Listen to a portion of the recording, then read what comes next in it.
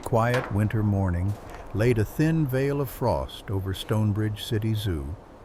The sun hadn't fully cleared the horizon yet, and the iron fencing glittered like it had been dusted with sugar.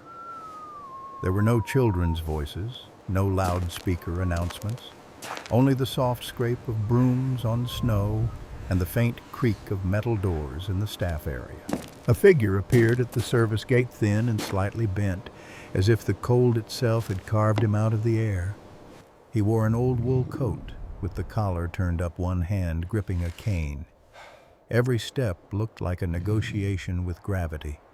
And yet there was something strange beneath that frailty, an urgency that didn't belong to old age, a determination that said if he moved any slower he might not make it in time. The early shift keeper at the desk looked up startled to see a visitor coming through this entrance. He was young, his eyes still fogged with sleep, but one glance at the old man's face made him straighten without understanding why. Those eyes were tired and glassy, rimmed red from sleepless nights, but they held something hard to name, a promise that had never been finished. "Sir, are you okay?" the young man asked, keeping his voice low as if afraid to break the silence. The old man drew a breath, and it turned into a trembling white cloud before vanishing. "I'm here to see him," he said, his voice roughened by time. "The lion." The keeper blinked. Everyone at Stonebridge City Zoo knew the aging male lion in the big cat habitat. Nearly blind, erratic. Pain made him unpredictable, dangerous in ways no one could fully control. For months now, no one had approached him unless they absolutely had to. Food had to be placed and left. Medication was always a gamble between responsibility and safety. "You want to see that lion?" the keeper repeated, as if he needed to be sure he'd heard correctly. "I'm sorry, but that's not safe. He hasn't been stable lately." The old man's hand tightened on the cane until his knuckles went pale as snow. 15 years, he said, as if he were reminding himself. 15 years since I've heard him breathe up close. He lifted his gaze past the keeper toward the shadowed corridor leading to the lion house. "He trusted me once. I need to see him at least one more time."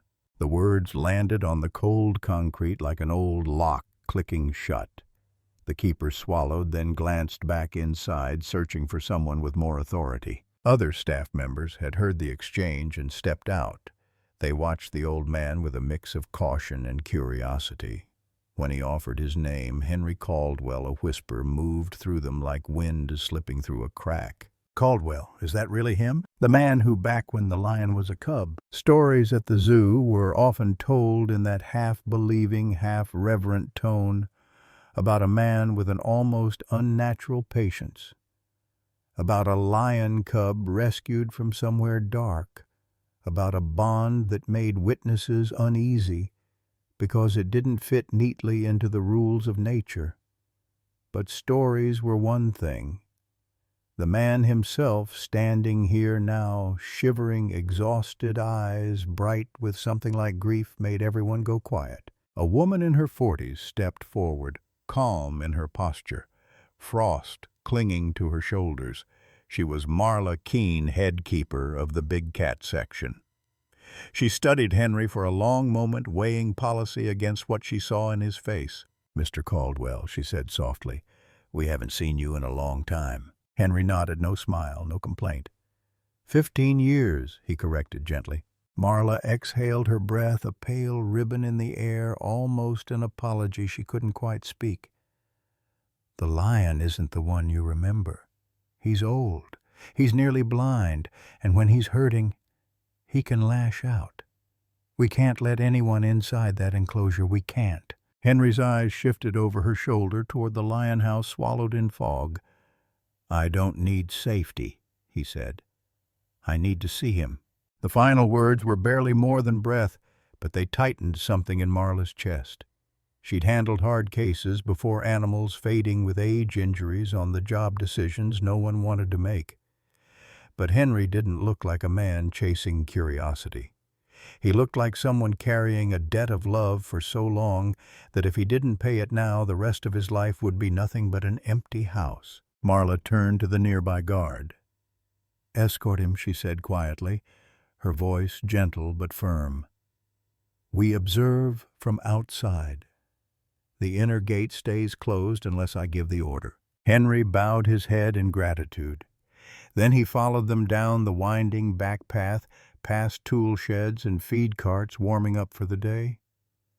The tap of his cane on concrete sounded like a steady heartbeat. With every step closer, memory pulled him backward, golden eyes too young to know peace. A small growl that sounded like a frightened kitten, and a fragile trust placed into his hands when there had been no one else. When they reached the lion house, the smell of old straw and damp wood rolled out into the dim hallway. Henry paused as if his body needed permission before his heart could move forward. Marla walked beside him and repeated the rule hard as a bolt sliding into place. "You can stand at the barrier. If he gets agitated, we pull you back immediately." Henry nodded. He didn't argue. He only stared at the metal door leading into the place where the old lion lay. A keeper pulled the lever. Metal groaned. The door slid open and cold air poured out, carrying that faint medicinal tang mixed with something wild and worn like time itself. In the deepest corner of the den, a massive golden shape lay almost motionless. He was thinner now. The shoulders that once looked carved from muscle had softened. His mane, once a bright crown, was threaded with gray. If not for the slow rise and fall of his rib cage, he might have looked like a forgotten statue. Henry stepped closer and pressed his trembling hand to the icy bars. His throat tightened as if someone had closed a fist around it. He whispered, voice splitting like dry wood, "It's me. I'm here." No reaction. A younger staffer leaned toward another and murmured, "He won't hear him. He's almost deaf." But Henry didn't look away. He stared into the shadows, into that fading gold. He swallowed, then spoke again, slower, as if calling a flame back from ash. "I came back, old friend." Wind rattled lightly against the roof, making the metal above them shiver. In the darkness, one ear twitched. That was all. But the entire hallway went still, as if someone had muted the world. The whispers vanished. Marla found herself holding her breath. Henry clung to the bars like he was clinging to life. Inside the den, the massive body shifted just slightly. Not much. Only enough to suggest that a far-off memory was fighting its way to the surface. And then, very slowly, the heavy head angled toward the sound, searching for something familiar that the aging body believed it had lost. Henry's vision blurred. He whispered almost like a prayer, "I'm right here." And when the old lion turned his head a fraction more, Henry's heart started pounding like a drum, because 15 years of silence had just cracked open, all because of one voice. 20 years earlier, morning light spilled across the cracked concrete behind Stonebridge City Zoo, turning dust into drifting gold. The loading bay smelled of fuel, wet metal, and urgency. A rescue truck sat with its rear doors open, engine ticking as it cooled, as if even the machine itself were catching its breath after running too hard. Henry Caldwell, then in his early 60s, shoulders, broader hair more brown than gray, pulled on a pair of worn leather gloves. The call had come before dawn, sharp and insistent. No details, just urgency. That tone was familiar to him from another life, another uniform when sirens and smoke dictated the rhythm of his days. He hadn't asked questions. He'd simply come. When the doors swung fully open, conversation died around them. Inside a transport crate that was far too small lay a lion cub no bigger than a medium-sized dog. His fur, once golden, was dulled with grime and exhaustion. A crude splint wrapped one hind leg, stained and uneven evidence of a rushed procedure done somewhere without proper tools. His breathing was shallow ribs fluttering like fragile wings struggling against gravity. But it was his eyes that stopped Henry cold. They were wide and glassy, unfocused, flickering between terror and something far worse than fear-resignation. "He came from an illegal breeding operation shut down last night," the rescue officer said quietly. "Dozens of animals. Most didn't survive transport. This one barely made it." A younger keeper shook his head. "He won't last the day. We should ease him out. Let him go without suffering." The words landed like sparks on dry skin. Henry had heard that tone before on nights when smoke swallowed hallways and commanders declared victims beyond saving. Yet he had learned over decades of fire and collapse that life often hid where no one bothered to look anymore, in pockets of air, in one last twitch of a hand, in a breath too weak to hear unless you were willing to kneel and listen. He stepped closer to the crate. The cub recoiled instantly, pressing himself into the far corner. A brittle sound tore from his throat, half whimper, half growl, not defiance, just fear wrapped in instinct. Henry lowered himself slowly to one knee, careful not to loom. The cold concrete seeped through his jeans, but he barely noticed. He kept his voice low, steady, the same voice he once used when speaking into dark voids beneath rubble. "Easy now," he murmured, not expecting understanding, only hoping the tone would reach where words could not. "You're safe. Nobody's going to hurt you anymore." The cub's ears twitched. He didn't lift his head. Henry studied the uneven rhythm of the tiny chest, the tremor running through the injured leg, the pulse fluttering weakly beneath too thin skin.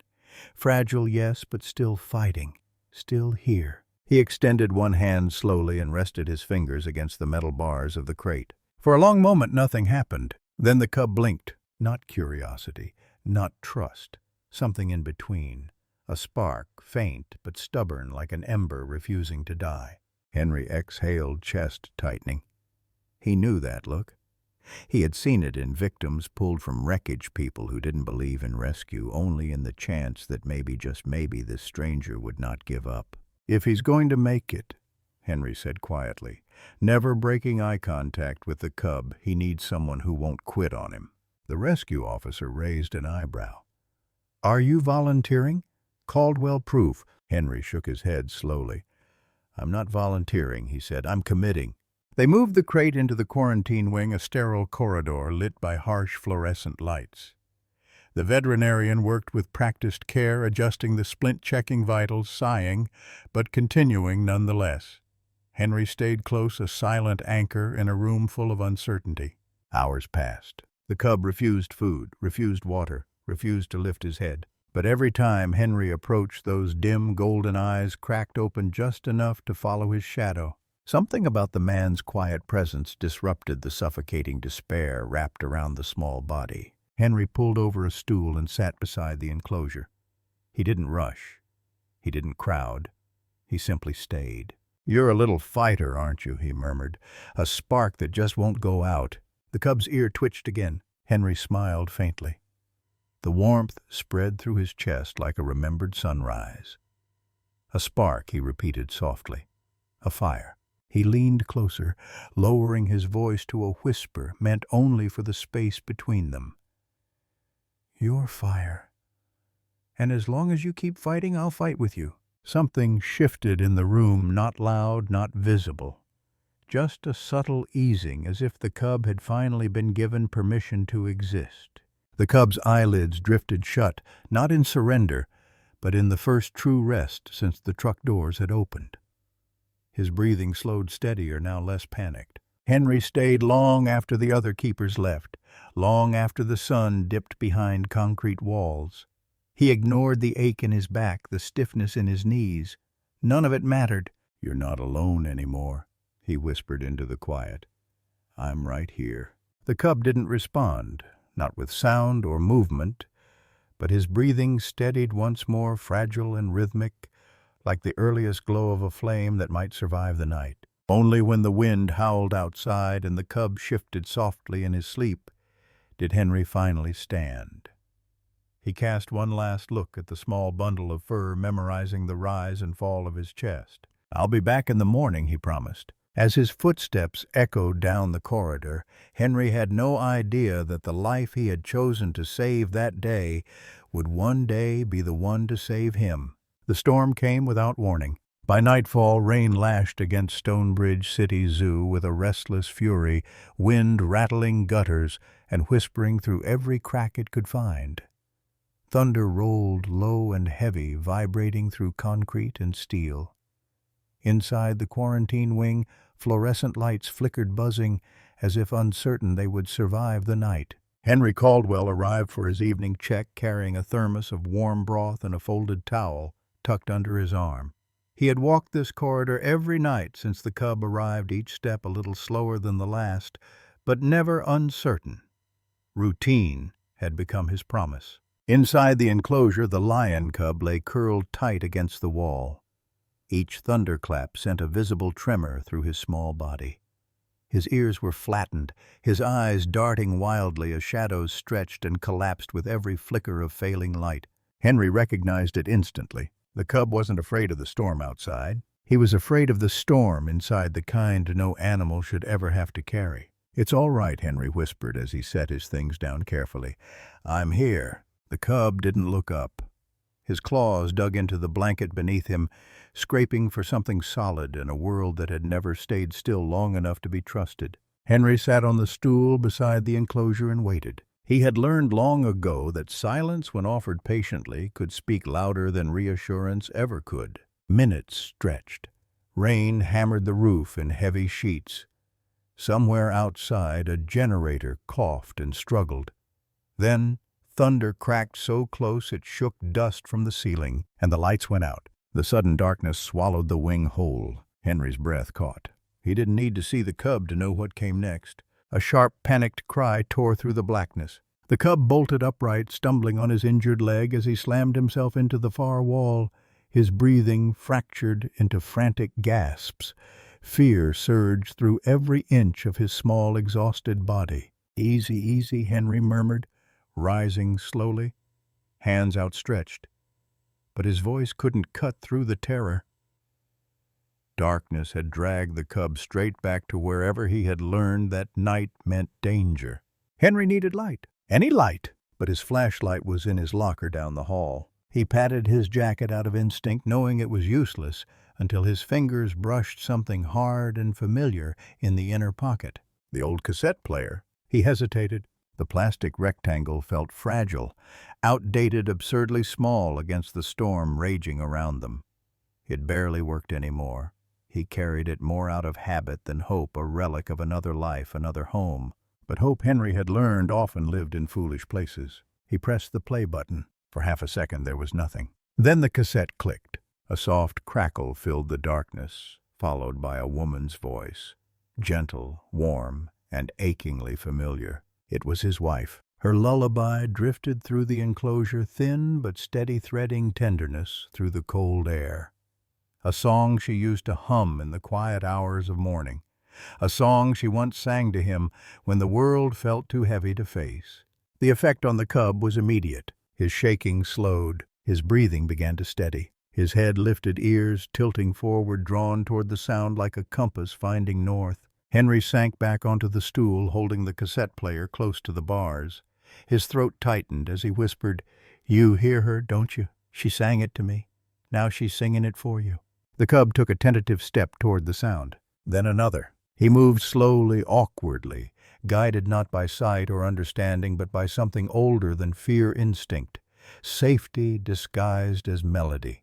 The storm outside faded into the background. The cub stopped a few feet from the bars and sat down heavily, chest rising and falling in a calmer rhythm. When the emergency lights finally flickered on, his eyes glowed softly, not with panic, but with something new. Trust. Not complete, not unbreakable, but real. The lullaby reached its end.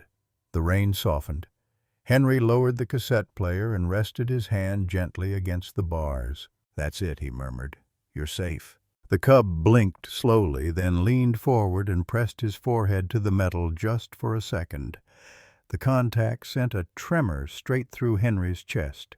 It wasn't acceptance, but it was a beginning. The generator surged back to life. Overhead lights steadied. The cub didn't flinch. Instead, he curled down near the bars, closer than he had ever allowed himself to be. Henry reached through the gap, stopping just short of touching him.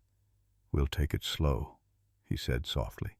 "One step at a time." The cub's eyes drifted shut. Long after the storm passed, long after the building warmed again, Henry remained on that stool, watching over the small shape resting near him until dawn painted the sky pale blue. He didn't know it yet, but this was the night everything changed. The night a frightened cub found something stronger than fear, and the night a broken man found a reason to stay. The days after the storm unfolded slowly like dawn, stretching its fingers across a long night. Nothing miraculous happened all at once.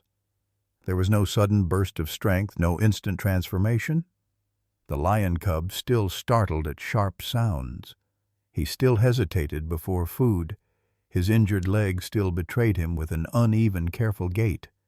But something subtle, something vital, had shifted. Every morning Henry Caldwell arrived before his shift officially began. The quarantine wing was quiet, then filled with the low hum of machines and the smell of clean straw. He would pull the same stool to the same spot beside the enclosure and simply sit. Sometimes he talked, sometimes he hummed. Sometimes he said nothing at all, and every morning the cub waited, not at first with confidence, but with recognition. His ears would lift at the sound of Henry's footsteps. His eyes would follow the familiar shadow as it crossed the floor. It wasn't dependence yet. It wasn't trust in its fullest form. It was connection thin as thread, strong as steel. One morning, as pale sunlight crept across the concrete, Henry slid a bowl of food through the hatch. The cub approached, sniffed cautiously, then paused. Instead of eating right away, he stepped closer to the bars and pressed his head briefly against the metal near Henry's hand. Then and only then he turned back to the bowl. Henry closed his eyes for a moment, breath catching in his chest. To anyone else, it would have looked like nothing. To him, it felt like watching a frightened child finally release a nightmare. "You're doing just fine," Henry whispered. Weeks passed. Under careful veterinary care, the cub's leg began to heal. Henry helped with rehabilitation in the quiet ways no manual could teach. He rigged soft pulleys and padded ropes, encouraging the cub to stretch and bear weight again. He never rushed, never pushed. He spoke constantly, his voice steady, patient, familiar. "Easy now," he would say. "That's it. One more try." The cub stumbled often. Sometimes he collapsed in dramatic exhaustion, paws, sprawled sides heaving. Each time he gathered himself and stood again, sometimes from instinct, sometimes because Henry's voice gently called him forward. And sometimes when the cub flopped down with a look that almost resembled irritation, Henry laughed. It surprised them both. The sound burst out of him, deep, warm, and unrestrained. It startled the cub at first, but not for long. Soon that laugh became part of the safety of the room. It meant food followed, or play, or rest, or simply that nothing bad was about to happen. Fear softened into curiosity. Curiosity into affection. Affection into something deeper, steadier, and fiercely loyal. As the cub grew, so did his personality. He batted at enrichment toys with clumsy enthusiasm, pounced on piles of hay, and watched Henry with intense focus, mimicking his movements through the bars. When Henry stretched, the cub stretched. When Henry bent down to tie his boot, the cub lowered his head and pawed at the floor, studying every motion. It became a silent dance. One afternoon, while keepers cleaned the enclosure, Henry sat cross-legged nearby, jotting notes about progress. A sudden pressure brushed his knee. He looked up, startled. The cub had pressed his head gently against the bars, eyes half closed, a low rumbling vibration rising from his chest. Not a growl. A purr, deep, rough, unmistakably feline. Henry froze. That sound moved through him in a way nothing else ever had. It wasn't gratitude, it wasn't training, it was trust made audible. "You're something special," Henry whispered. "You know that." The cub's tail flicked lazily. He released a soft chuff so gentle it almost broke Henry's composure. Word spread quickly through the zoo. "He calms him like no one else." It's like they share the same rhythm. Even the head veterinarian admitted she had never seen a bond form so quickly or so completely. But admiration came with concern. One evening, after most staff had gone home, the veterinarian pulled Henry aside. "He trusts you a little too much," she said gently. "You're becoming his whole world. If something happens to you, or if you ever leave."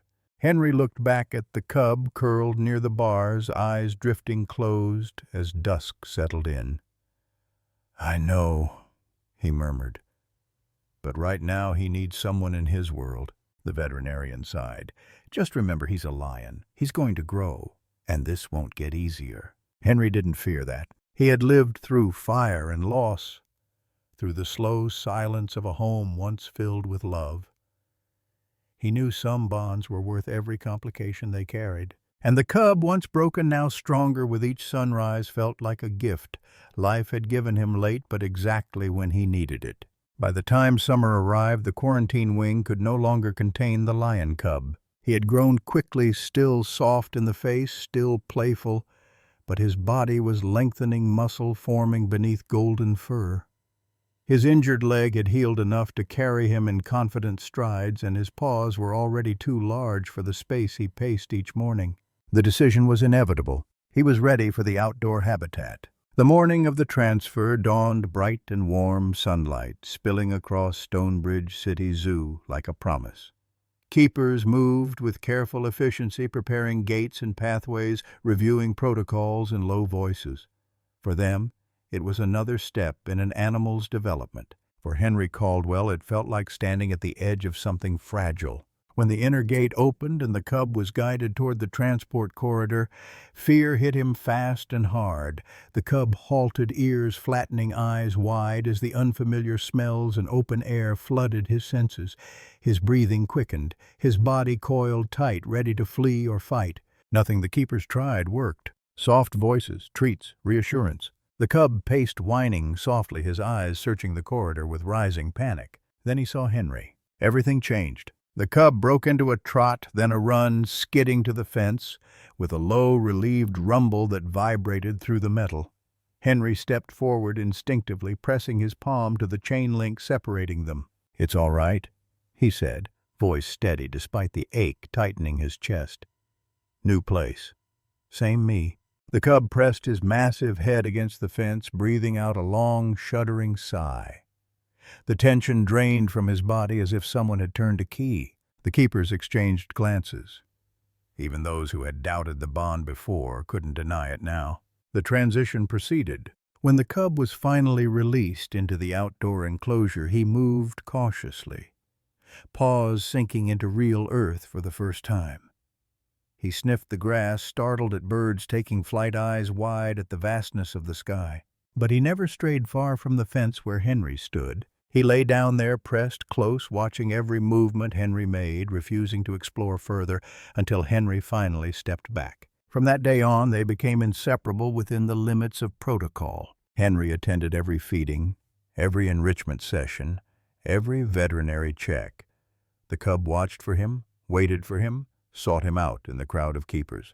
It wasn't just affection, it was recognition. In a world that had once been nothing but fear, Henry was the single fixed point of safety. And though Henry tried not to let himself become the center of the cub's universe, he couldn't deny what it gave him in return. In the cub's steady gaze, in the deep rumble of greeting, in the gentle brush of fur against the fence, Henry found something he thought he had lost forever after his wife died.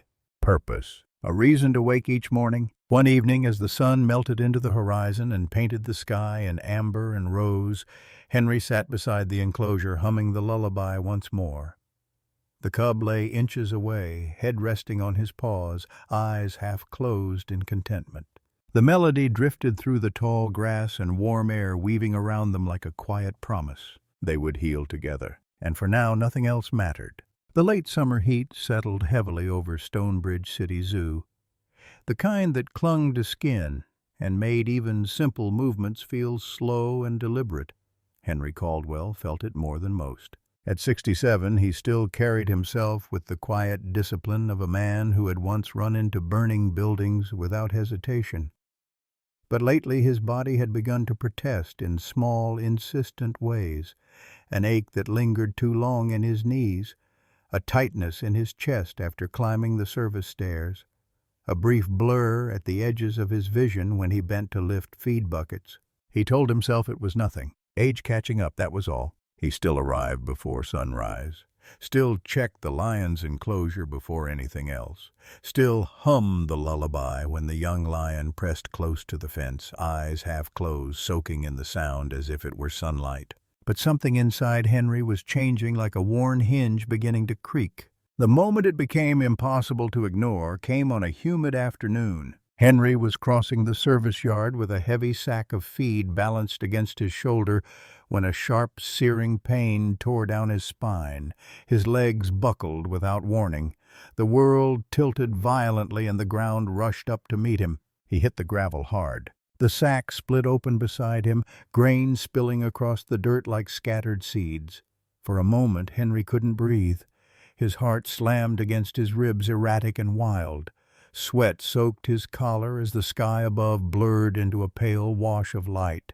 Mr. Caldwell, a keeper, dropped everything and ran to him, kneeling at his side. "Don't move.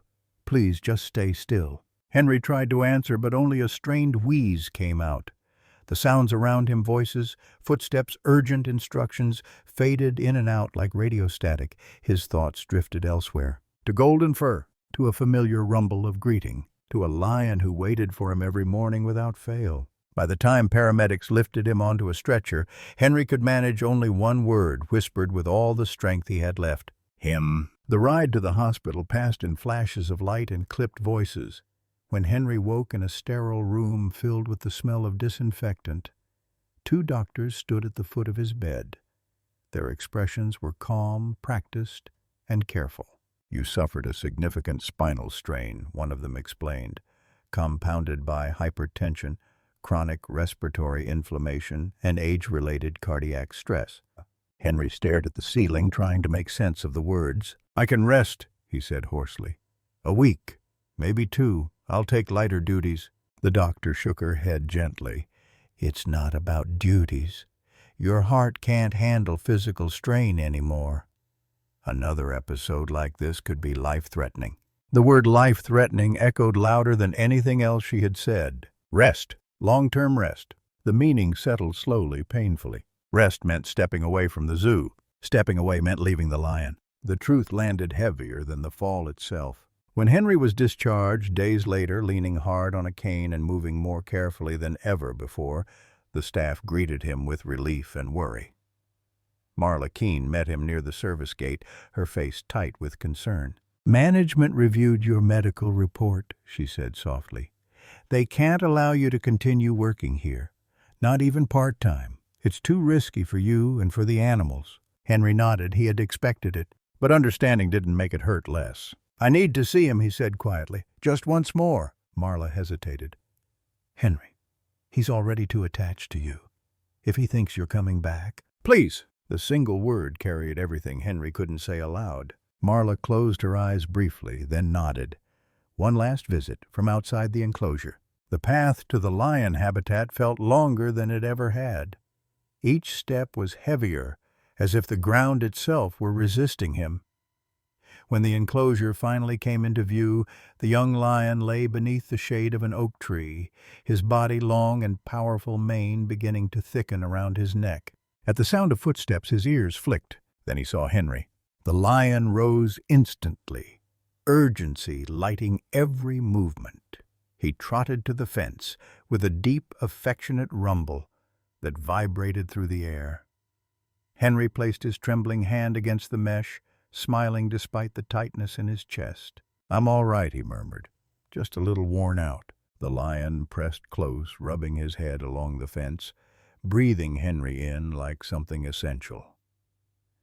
Henry stroked his fur through the links, aching to step inside the way he once had when the lion was small enough to curl near his legs. They stayed like that for a long time. Man and lion, neither speaking the truth they both felt coming. Henry hummed the lullaby voice, unsteady but familiar. The lion closed his eyes, leaning into the sound the way he always had. When the sun dipped low and shadows stretched across the ground, Marla approached quietly. "It's time." Henry nodded, his throat closing. "Goodbye," he whispered. "My little fire." The lion chuffed softly and paced the fence as Henry stepped back, confusion flickering in his eyes. He followed Henry's movement, restless, searching, calling without sound. Henry didn't turn around. He couldn't. By the time he reached the service gate, tears blurred the world into indistinct shapes. The path that had once given his life meaning now carried him away from it. And as he walked into the fading light, Henry knew some separations cut deeper than any flame he had ever faced. The years passed the way snow falls, quietly, persistently, and heavier than anyone expects. Henry Caldwell settled into a small, single-story house on the outskirts of town, its wooden walls holding more silence than sound. The garden behind it grew uneven, and wild tomatoes climbing where they pleased, mint spreading without permission. Tending it gave his hands something to do, but it never quite gave his heart a place to rest. Doctors told him he was doing well for a man his age. Neighbors waved kindly. Days followed routines that looked healthy from the outside. But every sunrise reminded Henry that somewhere beyond the city streets, a lion he loved like his own blood was living a life he could no longer witness. At first, Henry returned to the zoo as a visitor. The first time he stood among families and tourists, a folded map tucked into his coat pocket, like a disguise. He approached the lion enclosure slowly, his heart pounding louder than the chatter around him. The lion stood near the far end of the habitat. He was larger now, broader. His mane had thickened, catching the late afternoon light in deep gold. To anyone else, he looked magnificent, powerful, regal, complete. Henry felt his chest tighten. The lion paced, not aggressively, not nervously, just restlessly, back and forth along the fence line as though searching for something just out of reach. A child pressed her hands to the glass. "Mommy, why does he keep walking like that?" Her mother shrugged. "Maybe he's bored." Henry stepped away before his legs gave out. That night he sat on his porch long after the sun had gone down, listening to cicadas hum in the dark. He played the old cassette once, then twice, letting the lullaby soften the ache that refused to leave. After that he stopped visiting, not because he didn't care, but because he cared too much. He couldn't risk calling out and seeing no recognition in those golden eyes. Couldn't bear the thought that time might have erased what had once been everything. The memory of their last goodbye stayed preserved in his mind like glass, beautiful, fragile, and impossible to touch without breaking.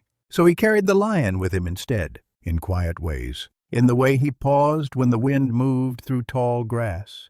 In the way he hummed without realizing it while watering the garden. In the framed photograph on his mantel, an old one slightly faded. A small lion cub curled near the bars, his head resting against Henry's hand. Meanwhile, the lion grew into adulthood. Zoo records tracked the changes with clinical precision.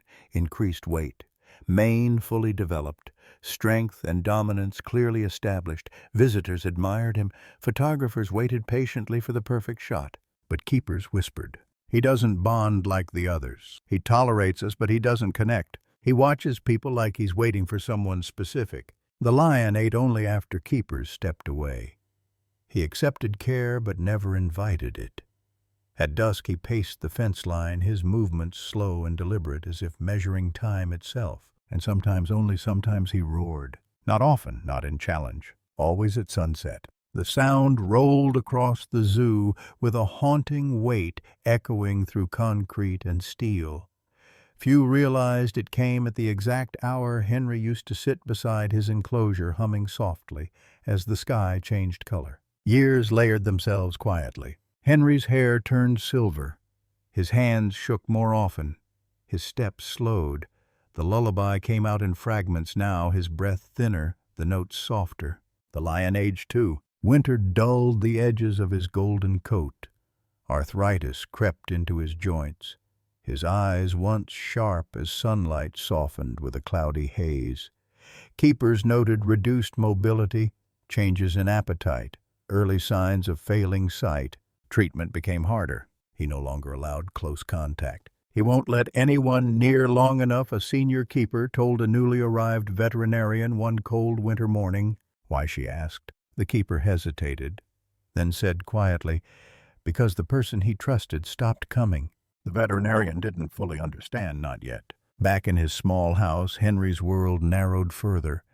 Mornings, coffee, the garden, the porch, the wind. But one fear followed him everywhere, that the lion might leave this world without hearing his voice one last time. Then one gray morning in late autumn, frost laced the edges of Henry's windows, and the phone rang. Henry answered with trembling fingers.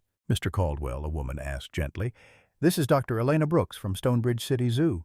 The name alone pulled him upright. "I'm sorry to call so early," she continued, her voice careful, "but I thought you should know.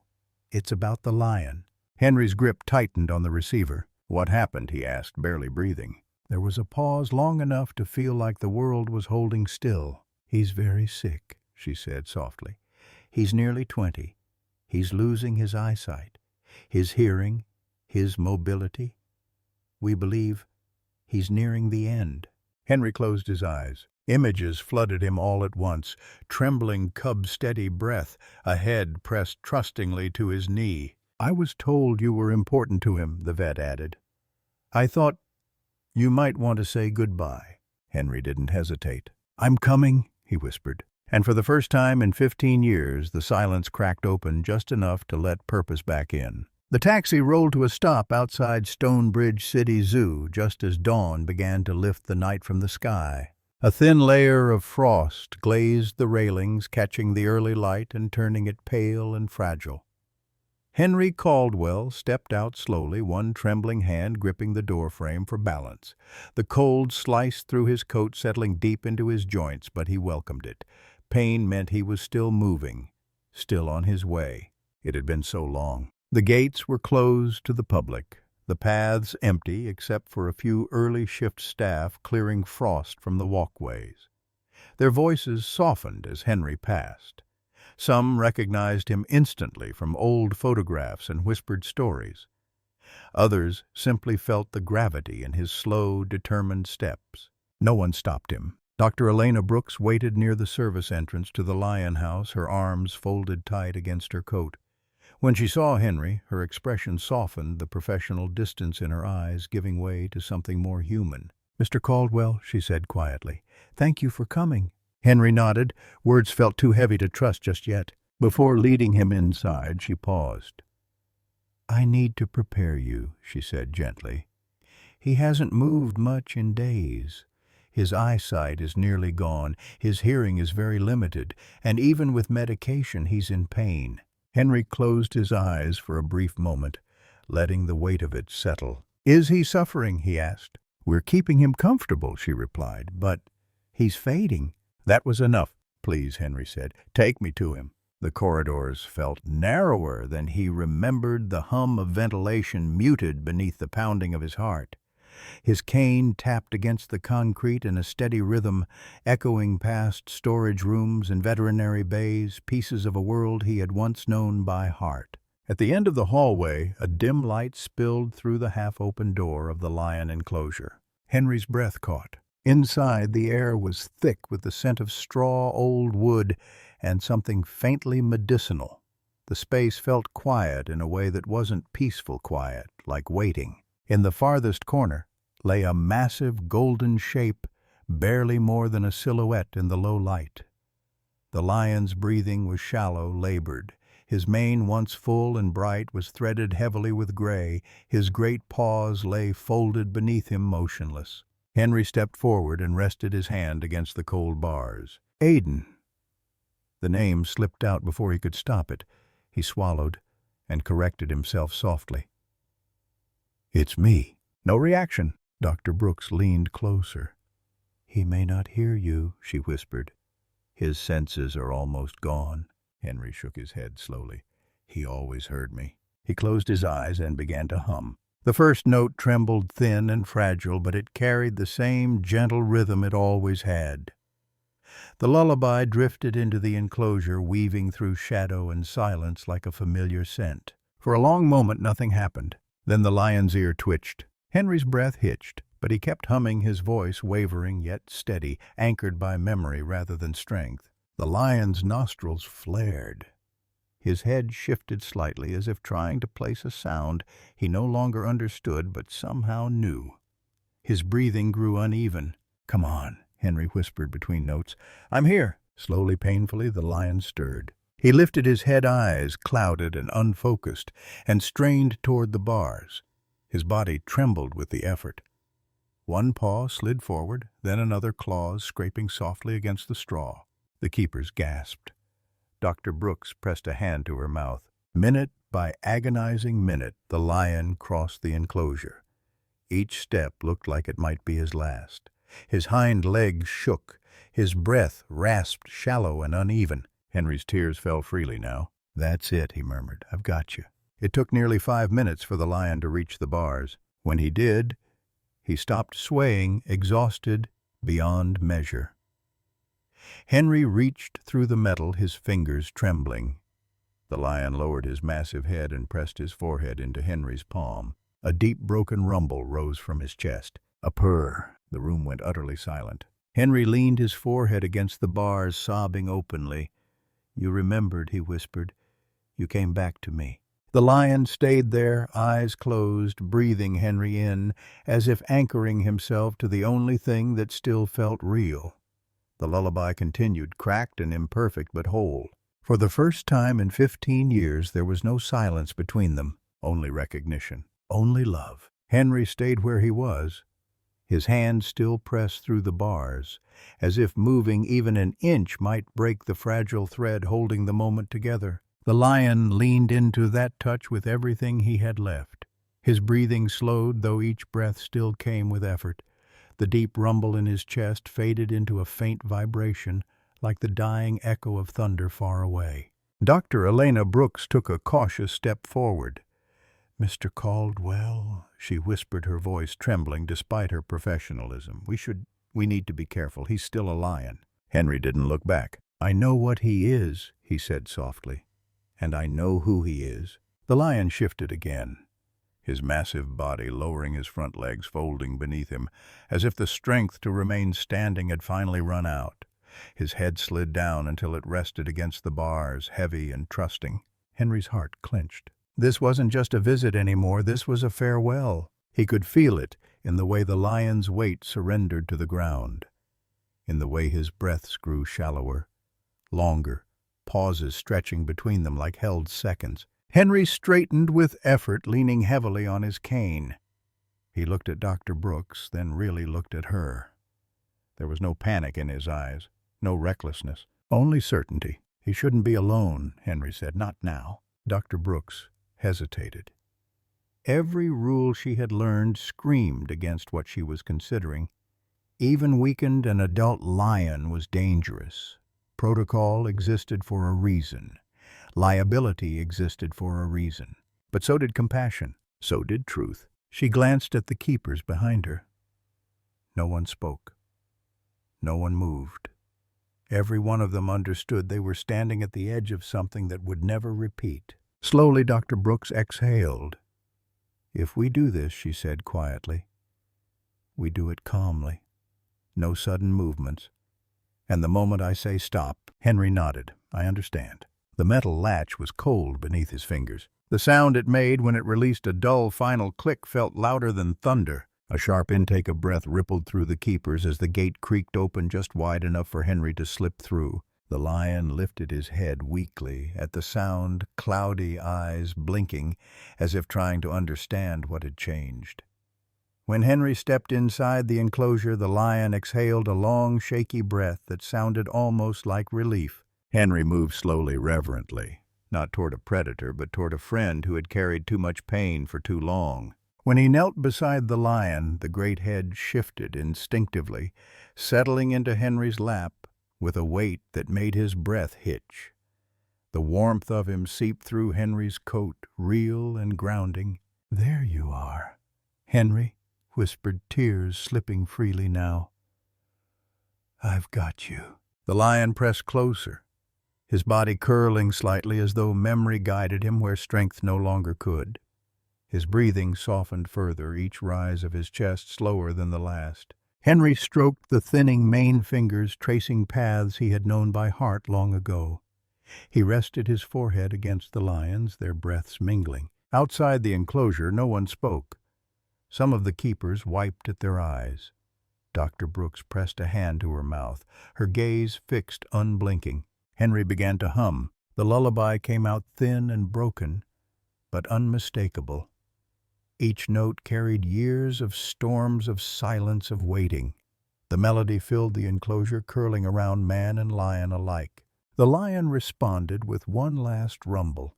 It was barely audible now, more felt than heard, a vibration deep in his chest that traveled into Henry's bones. Minutes passed, or maybe only seconds. Then the lion's breathing slowed again. Slower, slower still, until one breath did not return. Henry felt it before he understood it. He stayed where he was, one hand resting on the lion's cheek, the other buried in his mane. He did not rush. He did not pull away. "Rest now," he whispered. "You're safe." When he finally lifted his head, the lion lay utterly still, his great body relaxed, peaceful in a way Henry had not seen in many years. Dr. Brooks stepped forward at last and knelt, checking gently, respectfully. She nodded once. He was gone. Henry leaned down and pressed a kiss to the lion's forehead, his tears darkening the fur. "Goodbye, my little fire," he murmured. "Thank you for finding me again."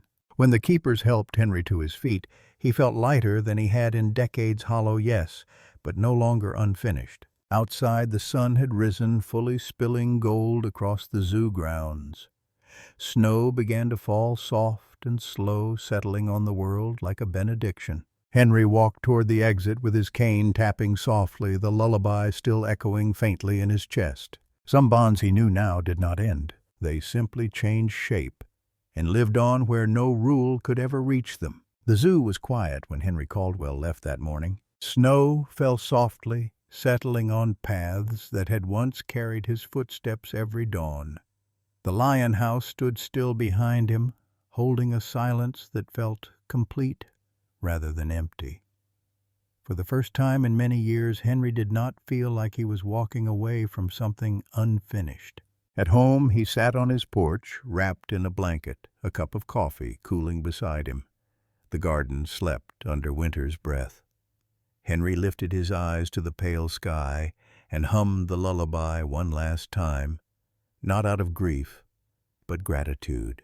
The song no longer echoed back in sound, but in memory, in warmth, in peace. Somewhere beyond pain and age, a fire burned quietly, no longer afraid of the dark. And Henry knew without doubt that love like that never truly fades.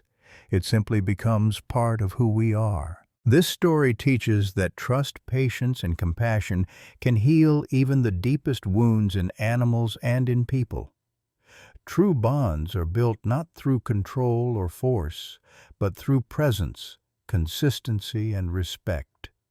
It also reminds us that aging and loss are natural parts of life, yet dignity and love should never be taken from any being at the end of their journey. Henry's choice shows that responsibility is not only about rules, but about empathy and moral courage. Above all, the story highlights that kindness leaves a lasting imprint, one that time cannot erase.